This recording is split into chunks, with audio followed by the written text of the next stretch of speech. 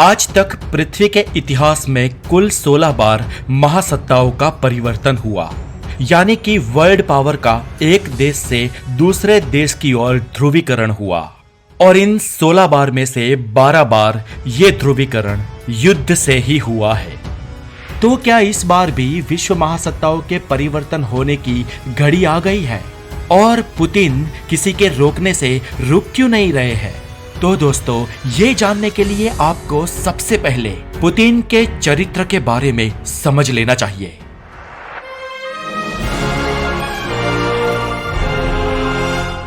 दोस्तों, मैं हूं हितेश गिरी गोसाई, आप है द नॉलेज के साथ, और आज हम जानेंगे इस पूरी दुनिया पर संकट की तलवार लटकाने वाले एक मशहूर शख्स और अपने आप में एक तानाशाह व्लादिमीर पुतिन के बारे में। पुतिन रूसी राष्ट्रपति आज 69 साल की उम्र में भी रिंग का सुल्तान है। ये घुड़सवारी भी करते हैं, ये मार्शल आर्ट और जूडो में ब्लैक बेल्ट है और शेर का शिकार भी करते हैं। इन शॉर्ट, शौकीन जीव है।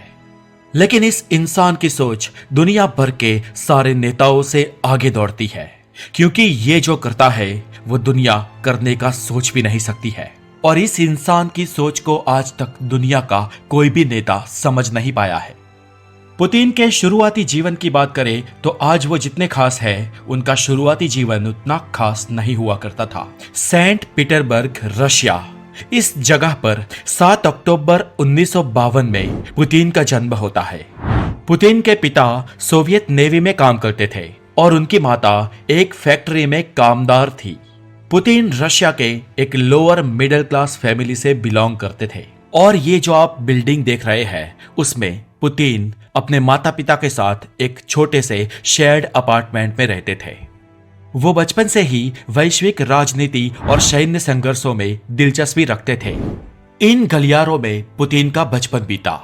पैसों की घर में आए दिन तंगी रहती थी और इसलिए पुतिन ने कई बार चूहे भी पकड़े हैं। दोस्तों, रशिया में कई लोग उस समय चूहे पकड़कर भी पैसे कमाते थे। हालांकि पुतिन पढ़ने में बहुत ही अच्छे थे। वो हमेशा अच्छे नंबरों से ही पास होते थे और स्कूल कैरिकुलम एक्टिविटीज में उन्होंने judo, swimming, karate, martial art भी सीखा। और ये सब उन्हें अपने जीवन में काम भी आया, क्योंकि बचपन में वो जहां पर रहते थे वो बस्ती बहुत अच्छी नहीं थी। बच्चे आए दिन लड़ते झगड़ते रहते थे और बदमाश आए दिन परेशान करते थे। और उस वक्त जवानी में ये सब सीखकर उन्होंने अपनी एक सोच बनाई, और वो सोच थी कि अगर लड़ाई करनी ही है तो सबसे पहला वार खुद करो। पुतिन धीरे धीरे बड़े हुए और जिस उम्र में लोग डॉक्टर, इंजीनियर या वकील बनने का ख्वाब देखते हैं, उस उम्र में पुतिन उनके दिमाग में जासूस बनने के सपने संजोए रहे थे। और उनकी चाहत थी कि वो सोवियत सीक्रेट एजेंसी KGB में शामिल हो जाए। इसके लिए भी पुतिन बहुत मेहनत करते हैं, उसकी स्पेशल पढ़ाई करते हैं और KGB में इंटरव्यू दे आते हैं।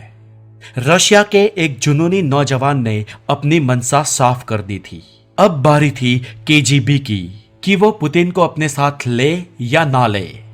इसके बाद दोस्तों, होता यह है कि पहले ही ट्राई में KGB पुतिन को खुद के साथ शामिल कर लेती है। और इसके बाद शुरू होता है पुतिन के एक जासूस से रशिया के तानाशाह राष्ट्रपति बनने का सफर।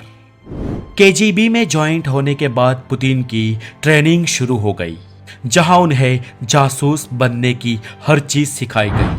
ट्रेनिंग में उन्हें हथियार चलाना, अलग अलग मुखौड़े बनाना, खुद को परिस्थिति के अनुकूल बनाना और हर परिस्थिति में जिंदा रहना, यह सब सिखाया गया। और इसके बाद पुतिन को एक अंडरकवर एजेंट के तौर पर काम मिला। वो पश्चिमी देशों की जासूसी करते थे। वो बहुत समय तक जर्मनी में भी रहे। पुतिन को रशियन के बाद अगर सबसे अच्छी कोई लैंग्वेज आती है तो वो जर्मन है। एक दिन जब वो जर्मनी में थे, तब जर्मनी के लोगों की एक भीड़ जर्मनी में बसे रशियन दूतावास पर उमड़ आई, जहां पर दूतावास में राजदूत, कुछ लोग और KGB के मेंबर्स मौजूद थे, लेकिन उनके पास कोई हथियार नहीं थे। वो जर्मन भीड़ इन रशियनों को मार देना चाहती थी, खत्म कर देना चाहती थी। और इस बीच तुरंत रशिया से कोई सहायता आए ऐसी कोई उम्मीद भी नहीं थी। इस परिस्थिति में उस दूतावास में उन रशियन में से एक पुतिन भी थे। अब यहां से बचकर बाहर निकलना बहुत ही मुश्किल था, लेकिन इस परिस्थिति में भी पुतिन ने एक ब्लफ खेलना शुरू किया।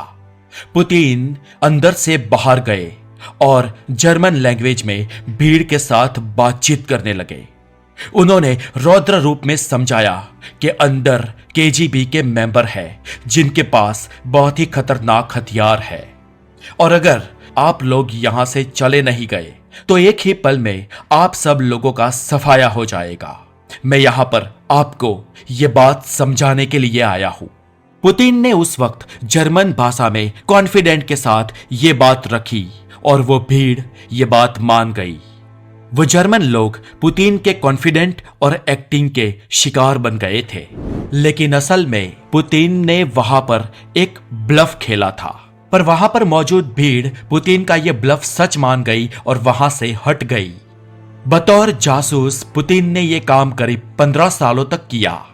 इस बीच कुछ ऐसी घटनाएं घटती है कि अखंड सोवियत संघ का विघटन हो जाता है और पुतिन इस नौकरी को छोड़ देते हैं। इस सब के बीच पुतिन ने ल्यूडमिना नाम की लड़की से शादी की और उनकी 2 बेटियां भी हुई, लेकिन पुतिन का मन अक्सर काम में रहता था, इसलिए उनकी पत्नी से उन्हें तलाक हो गया और पुतिन फिर से अपने वतन लौट आए जहां उनका बचपन बीता था। और वहां पर पुतिन ने अपने राजनैतिक करियर की शुरुआत की। पुतिन को अपने राजनैतिक करियर में एक साथी मिला जिसका नाम था अनातोली सोबचक। सोबचक जब मेयर के लिए चुने गए तब उन्होंने पुतिन को वाइस मेयर बना दिया। यह कुछ साल चलता रहा और 1996 में सोबचक मेयर के पद से हार गए, और उस वक्त क्योंकि उनका साथी हार गया था इसलिए पुतिन ने भी अपने पद से रिजाइन कर दिया। इसके बाद पुतिन मॉस्को चले जाते हैं और राष्ट्रपति बोरिस की टीम में जगह बना लेते हैं। वो अपनी ऐसी जगह बना लेते हैं कि सबके चहीते बन जाते हैं और सब लोग उन्हें ही राष्ट्रपति बनाने की सोचते हैं। ये सब देखते हुए रशिया के पहले राष्ट्रपति बोरिसियस ने पुतिन को प्रधानमंत्री बनाया। इसके बाद जब साल 1999 में बोरिस ने अपने राष्ट्रपति पद से इस्तीफा दे दिया तब पुतिन को कार्यकारी राष्ट्रपति बना दिया गया।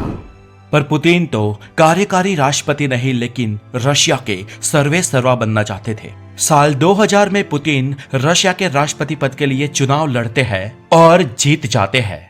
इसके बाद साल 2004 में उन्हें रूस का दोबारा राष्ट्रपति चुना गया। अब दोस्तों इसके बाद पुतिन रशिया के तीसरी बार भी राष्ट्रपति बन जाते, लेकिन रूसी संविधान के अनुसार कोई भी इंसान लगातार तीसरी बार राष्ट्रपति नहीं बन सकता था, इसलिए तीसरी बार पुतिन राष्ट्रपति नहीं लेकिन प्रधानमंत्री बन गए और इसके बाद उन्होंने दोबारा साल 2012 में राष्ट्रपति का चुनाव लड़ा और जीत गए।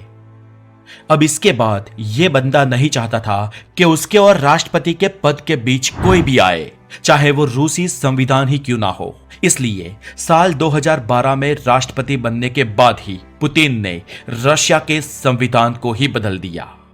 उन्होंने संविधान के हर वो नियम बदलवा दिए जो उनके और राष्ट्रपति पद के बीच आते थे, और साल 2012 से आज तक रशिया की कमान इसे एक इंसान ने संभाल रखी है। ये इंसान किसी की परवाह नहीं करता है।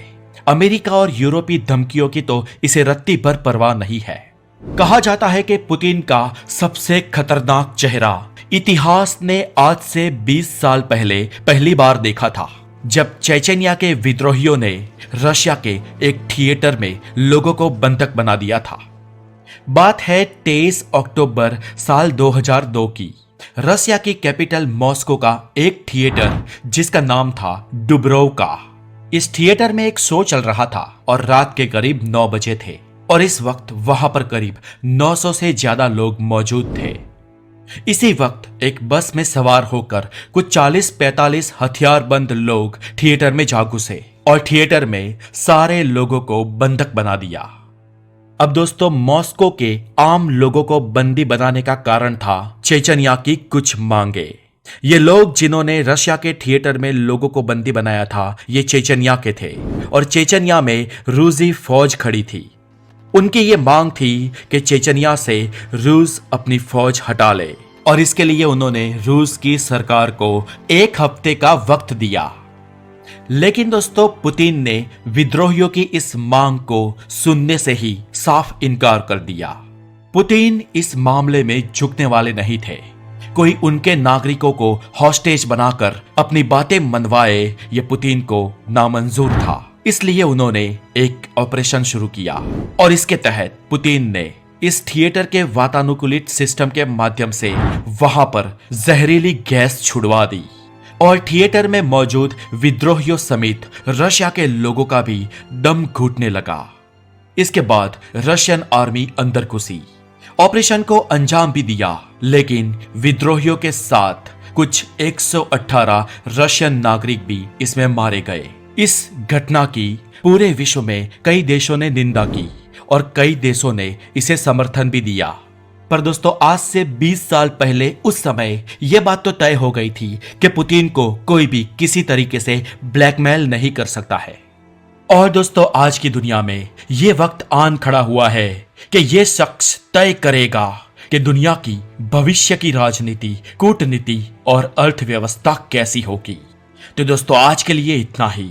ये वीडियो आपको अगर अच्छी लगी हो तो द नॉलेज को सब्सक्राइब करके बेल आइकन जरूर बजाएं और हमारे एक्सक्लूसिव कंटेंट और स्टोरी को सुनने के लिए हमें स्पॉटिफाई पर जरूर फॉलो करें, जहां पर हम हर फ्राइडे लेकर आ रहे हैं आपके लिए कुछ नया, कुछ हटके। और दुनिया के इस माहौल में अपना बहुत सारा ध्यान रखें। Have a good day, take care.